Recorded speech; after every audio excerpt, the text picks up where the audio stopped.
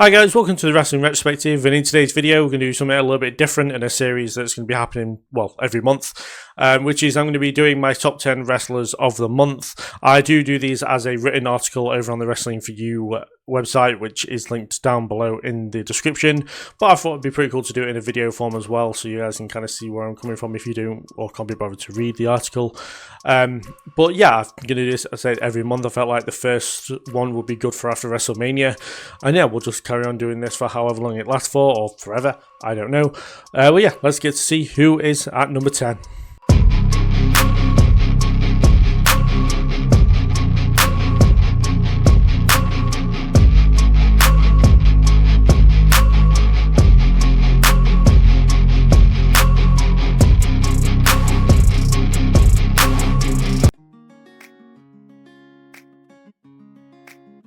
So first off at number 10, I have got Dominic Mysterio. This was a huge month for Dirty Dom.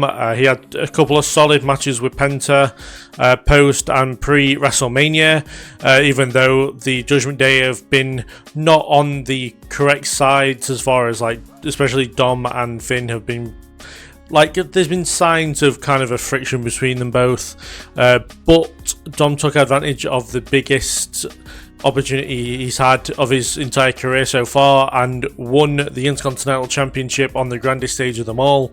And yeah, personally I feel like this has been a long time coming for Dom, and yeah, for him to catch a main roster championship after such a great match with the Fatal 4-Way against Bron Breakker, Penta and Balor, yeah, I thought topped off for what was a pretty decent month for Dom. And yeah, it definitely feels like, you know, with the fans turning onto him a bit more and, you know, cheering him a lot more, and him getting this big win, like, kind of everything worked out and made the championship win so much sweeter. And yeah, he definitely deserves a place on this list.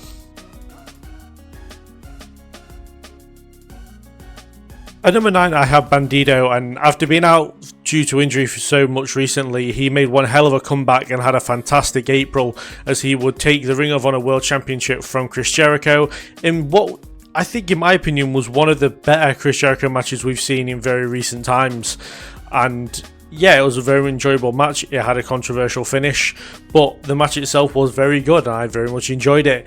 Not only that, but he's had decent matches on Ring of Honor television and had a pretty decent match with Dralistico on Collision only last week, defending the Ring of Honor World Championship.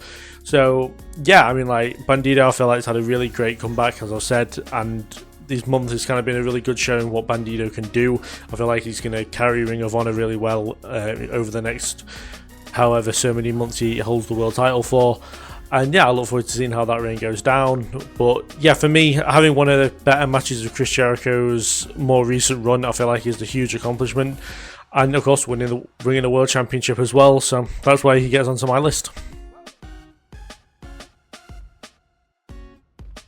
At number 8, I have Joe Hendry, and a lot of people said his name going into WrestleMania Night 2, and well, he appeared, and he would be the mystery opponent of Randy Orton, and in a history-making appearance for just the TNA wrestler in general, but the TNA World Champion as well, to be wrestling on the WWE's grandest stage of WrestleMania is, like, absolutely huge, and it definitely made an impactful state of mind for just the company in general and for Hendry. As well as that, he had a solid tag team match with Masha Slamovich at Unbreakable, and had a very good match with Frankie Kazarian and Ethan Page defending the TNA World Championship at Rebellion as well. So yes, as much as that kind of week was or 2 weeks even, was busy for Hendry, yeah, he had very good performances all around. And yes, though the match with Orton was very short, I feel like the atmosphere around the moment itself kind of makes it well worth it. And yeah, I mean, they just cannot complain about what Hendry's done this past month. So yeah, that's why he's obviously on this list. At number 7, I have Megan Bayne, and yeah, she's had a fantastic 2025 in general in AEW, and it's only May. You know, her great start to life being All Elite got it kind of culminated in her having the women's world title match at Dynasty, where she did unfortunately lose, but her performance in that match was one of pure domination. And yeah, she really took it to Toni Storm, and yeah, she took Storm to like the absolute limit, to a point where she barely escaped with the women's championship following the match. And yeah, since then, you know, she's been dispatching local talent into 1 handicap matches on Collision, probably on her works to make her way back to gold in AEW. But yeah, that Dynasty performance had her be the first person on this list that I had. I know that she's only number 7, but I thought her performance at Dynasty was absolutely fantastic, and if anything, she fully deserved to actually win that match. And I do hope that we get around to the rematch between Toni and Bane, where Bane can take the title from her, because it feels like that was kind of set up really nicely for a rematch, because Toni only stole the victory via roll-up. And yeah, was a star-making performance for Megan Bane in that match. After that, at number 6, I have Swerve Strickland, and though this might be a controversial pick, as Swerve's actually only wrestled twice in April, but hear me out.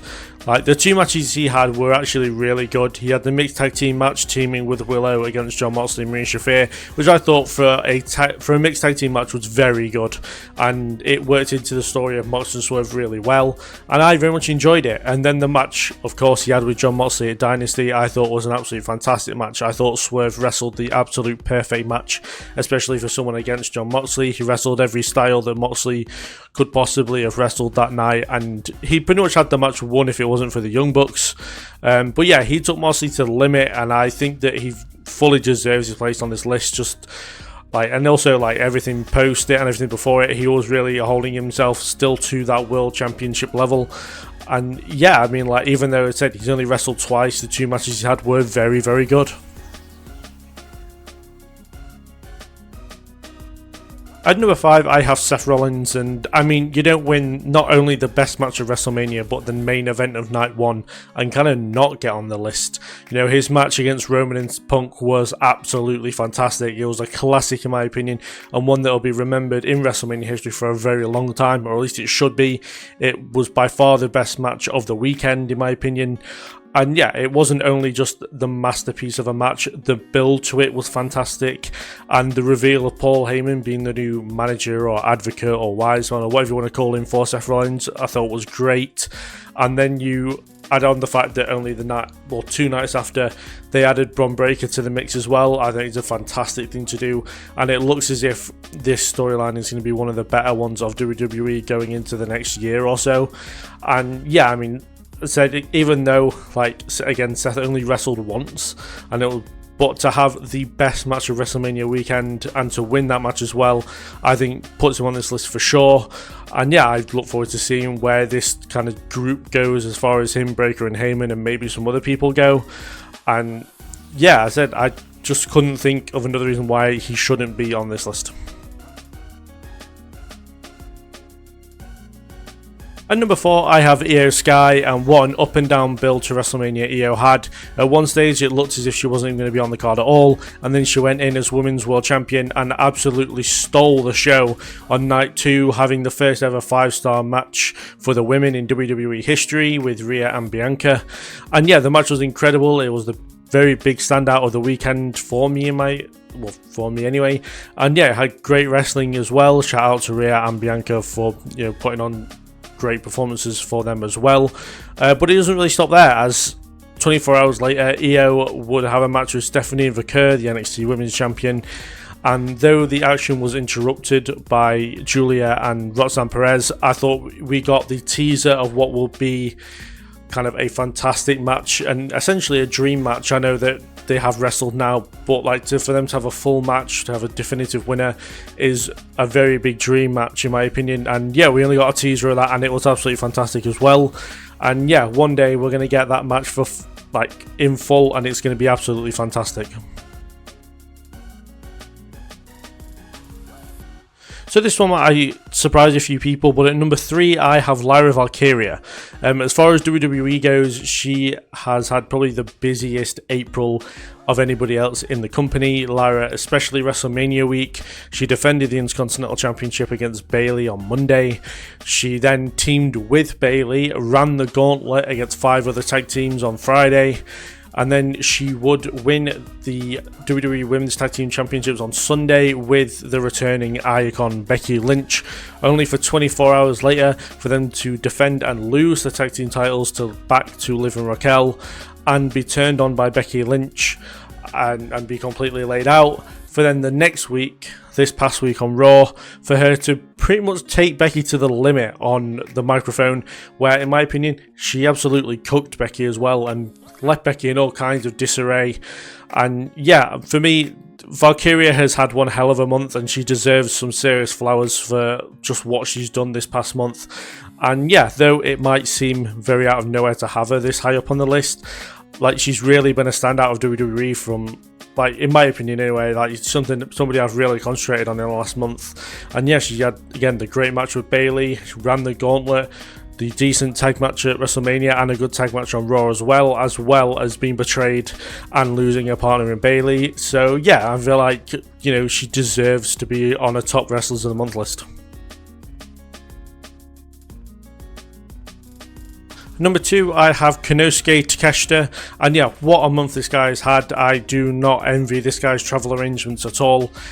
He's been absolutely everywhere. He's been spending time in Japan defending the Never Openweight Championship at Sakura Genesis, and he's been all over the United States. He defeated Hiroshi Tanahashi in his final match in the United States, as well as showing up for Collision and Dynamite, having great tag team matches, and of course the absolutely classic match with Will Ospreay in the semi-final of the Owen Hart Foundation tournament in a match of the year candidate, which we'll talk about a little bit more in the next one, just to give you a hint of what's coming up next.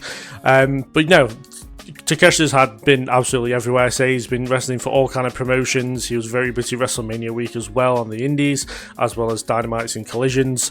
And yeah, like, I say, do not envy this guy at all. He's been here, there, and everywhere. And yeah, he's been one of arguably the best wrestlers of the year so far. And finally, at number 1, I have Will Ospreay, and I mean, I could just say nothing else, and I'm pretty sure a lot of people would understand and agree of why he's number 1, but I won't do that. But yeah, this past month, Will has been absolutely fantastic as far as wrestling goes. He had the absolutely fantastic match against AEW upstart Kevin Knight at Dynasty in the opening match of the Owen Hart tournament.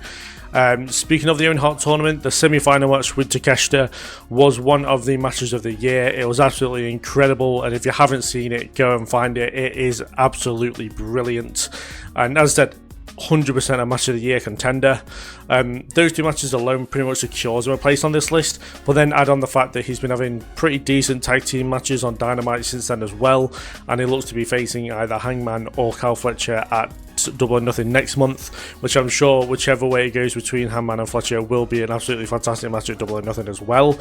And yeah, I feel like it's very, very clear why he tops this list. Ospreay is arguably the best wrestler in the world, period, right now, and to have just great matches against Takeshita, who he's had fantastic matches against before, and I think back to Revolution last year, but also have one against an upstart in Kevin Knight. I feel like he's helped that guy out a lot, and he's been getting a lot more CV time compared to some of the other newcomers to AEW recently. And yeah, Ospreay's just been absolutely fantastic, and I wouldn't be surprised if it's not the last time he tops a list like this for me. So those are my top 10 wrestlers of the month for April. Do put down in the comments below who you agree with, who you disagree with. Is there someone else you would have in this list instead? Is there someone I have obviously missed who I definitely shouldn't have? And yeah, all that good stuff, we can discuss it down in the comments. And yeah, do you like the video? If it's something you'd like to see, I'm going to try and do these of course every month. I also do this as a written article as well on the Wrestling For You website as well, which is linked down below. And yeah, thank you very much for watching, and I'll see you guys in the next one.